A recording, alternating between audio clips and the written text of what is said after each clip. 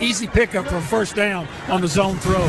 Quick count. Tannehill swings it out right side. Henry to the 10, to the 5, to the end zone. Touchdown, Titans! Derrick Henry catches a TD for the first time in 2020.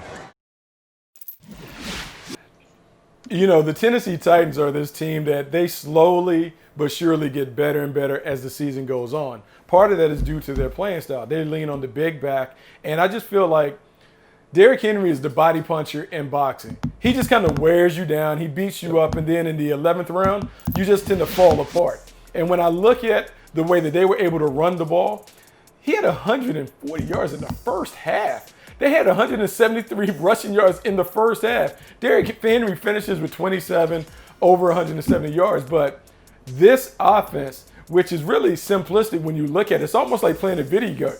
It's run, play action, run, play action. And if they're able to stay on script, it is really, really difficult to deal with the Tennessee Titans because they can wear you out with just this sledgehammer that they have in the backfield. Yeah, you know, I went back to the Week 10 game because I wanted to see. I mean, like the Colts won in Nashville just 3 weeks ago, you know, and looked like they belonged in a matchup of these AFC contenders. And while Derrick Henry had over 100 yards, it didn't feel like he dominated that game. Colts end up winning it. And so you come back to this one, you're like, what was the difference? Well, no DeForest Buckner in this game for the Colts. No Danico Autry in this game for the Colts. So they were missing some beef up front on the interior, and clearly that had an effect. But Derrick Henry, you know, if DeForest Buckner's there, yeah, maybe he does make a big difference. But I think if Henry goes crazy like he did in this one, even with the Colts at full strength, I don't think that surprises anybody. To me here, it certainly feels like the Titans are rounding into postseason form and are pushing themselves kind of into that top tier conversation with the Chiefs and with the Steelers right now in the AFC, and kind of separating themselves a little bit from, let's say, the Bills, the Colts, the Browns, the Dolphins, and the rest of those kind of wild card fringe teams right now. They are on the verge of that upper echelon. Of course, we've seen that they can make that push in the postseason after last year, but this was an impressive victory here in Week 12 for Tennessee. Yeah, a couple things. Bucky talked about body blows. I don't even think that's just within a game. You think about a season. This team is built for when you get through a long season. Man, you're a linebacker and you've been playing for 12 weeks. That's not something you want to do. That's not like hitting Derrick Henry in week 1 or week 2. Like that gets old real quick once you get down to the latter portion of the season. The other thing is that first meeting.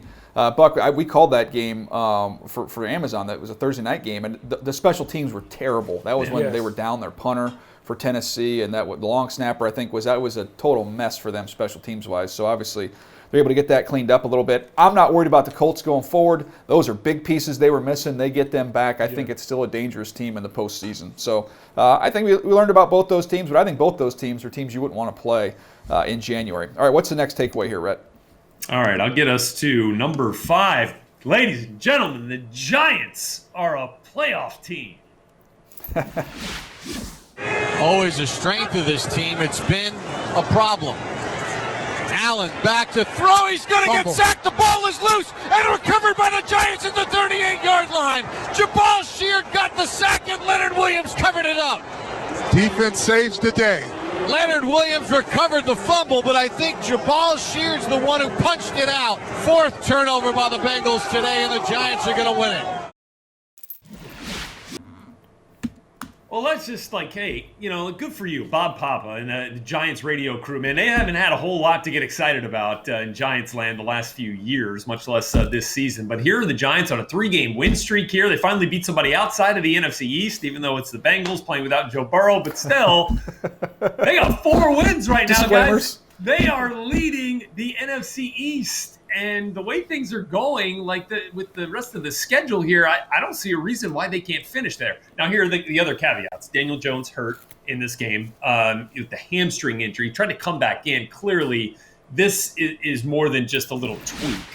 That was something that severely limited his ability to throw the football. And speaking from some real hamstring pull experience, as in pulling it on the morning workout of the first 2 a day and 4 or 5 training camps in college, that hamstring looks like it's going to keep him out for at least 1 week here. So can the Giants withstand a Colt McCoy game if they have to start him in place of the injured Daniel Jones? But my guess would be yes, because their defense, guys, is playing really well. And I guess I get it. This was Brandon Allen making the start for Joe Burrow on short notice and all that. But still, the Giants' defense has allowed 20 or fewer points in 3 straight games. They are getting after it. Their front has been impressive. You heard the Leonard Williams call. They got a lot to be excited about on defense right now.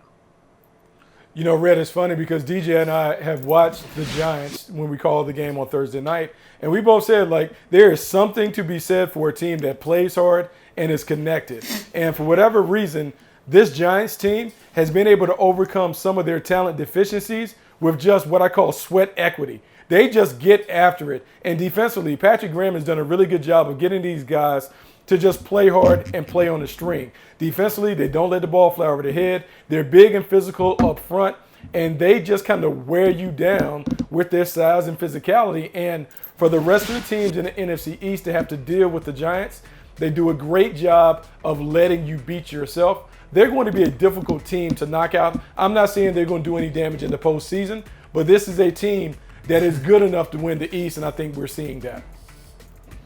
Yeah, it's going to be interesting to watch this division over the next decade, because if you look at it with Daniel Jones, and they're going to get Saquon Barkley back next year, that's going to be a group that can kind of grow together with this young, exciting defense. To have Saquon back out there with Daniel Jones, I know Daniel Jones is not perfect, but his athletic ability, I think they're finding ways to feature that a little bit more. Then you look at Washington and what they've been able to do. That is an exciting young running back that they've got there. So to me, when you look at what they've done, they need to find the quarterback. Maybe that comes in next year's draft. You look at Dak Prescott coming back from injury next year, but then you've got Zeke, who looks like he's on a total downturn here with what we've seen from him. And then the last one you've got left is with Wentz. We don't know what's going to happen with them, as bad as he's played this year, but you've got a big time back there in Miles Sanders. So with Antonio Gibson in Washington, and you look at Saquon coming back and Miles Sanders, I mean, it's an interesting quarterback running back division as we kind of forecast this thing out a little bit. DJ, it is very, very interesting to watch this play out. And you talk about the Giants and also the Washington football team. Those are the two teams to me that seem like they're well positioned to really make a move going forward to try and put a vice grip on this division. And the common denominator for both teams, they have solid defenses that are chock full of first rounders at the line of scrimmage. I think that matters. I think this is a $5 fine for me because I think I used the R word there. $5 fine. Old habits die hard. Apologies. Let's keep it moving here with takeaway number 6, and that is see, Rhett, this is how it's done. It's very simple. The Bills find balance on offense. Okay, Forrest. 2nd and goal from the 3. Gabriel Davis and Cole Beasley to the right side. The snap. Josh Allen keeps it himself. Going to try to run to the corner of the end zone. He dives in, and is he in? Yes! Touchdown, Buffalo! Josh Allen, a 3-yard run. He got called for taunting. He spun the football on that touchdown right at the feet of Michael Davis, who tried to get the angle on him. He said, "You think you're going to run me down?" I think Davis said something to him. He spun that ball, and Davis just got outrun to the corner. Yeah, I mean, I think I said the same thing on that call, which was, it was pretty impressive when your quarterback beats the corner to the pylon, and that's what Josh Allen did on that one. But that was the difference in the game. You look at the statistics in this game and watching it, the Chargers won the turnover battle 3-1. You don't often see a team lose a game when they're +2 in the turnover margin. Passing-wise, they were about the same. You look at their ability to get pressure, about the same. The difference is they rushed for almost 100 more yards in Buffalo. So you look at that ground game, and it was a combination. Zach Moss popped a couple. Singletary had a good game. But Josh Allen, and Buck, using Josh Allen on some design quarterback runs, and it was a lot of draws, which I love as a quarterback, because now you've got a lead blocker with your back, because you can let the defense expand, take your 3-step, put your foot in the ground, and it's just basically like a follow. You just follow in the back right up in there. They had a lot of success. I think 3 or 4 third down conversions with Josh Allen on design quarterback runs. I think what we've seen in this league, all play callers aren't created equal. And with Josh Allen and some of the other athletic quarterbacks that are making their way and having success in the league, you're seeing how play callers are able to really shift what they like to do to really elevate the play of their quarterback. And when I look at Josh Allen and what the Buffalo Bills do, they know that Josh Allen has some limitations, but each and every week they tap into some creative ways of really putting him in a position to take advantage of his skills as an athlete. I like the way this team is trending, even though I don't believe they're playing their best ball. I think they're playing just well enough to give themselves a chance to lead the division until it clicks. And if it clicks late in December, this is a team that has a chance to win a couple games in the postseason. Let's just give some good news, bad news here for the Chargers, who fall in another close one. Joey Bosa, absolute. I mean, was he the best player on the field in this game? I mean, absolute. It wasn't even close. Yeah, one-man wrecking crew. I see why they didn't want Josh Allen to drop back and throw it 30 times in this game, because he might not have finished it. For the Chargers, I mean, they didn't blow a lead this time, which I guess, again, is also positive. But they also surely squandered an opportunity to make up a deficit. We were talking about 5 fourth-quarter possessions, 3 points in those 5 possessions. The Bills give it to them on 3 straight possessions. They turn it over on 3 straight possessions in the fourth quarter. And you come away with 3 points. The final. It wasn't like they didn't move the ball. Yeah, I know. The final sequence, though, was certainly a tough watch. And that's kind of the way I felt about Chargers football for the majority of the season. It's been a tough watch. So they got to figure out a way to win some of these games, man. Yeah, no doubt. It's been a tough watch, but I think when you look at overall, Herbert goes over 300 yards again. You know you've got that guy going forward. Austin Eckler looked good coming back, getting him back in the lineup. And I'll leave you the final thought here on this game, which is Joey Bosa, as dominant as he was, Joey Bosa, 25 years young.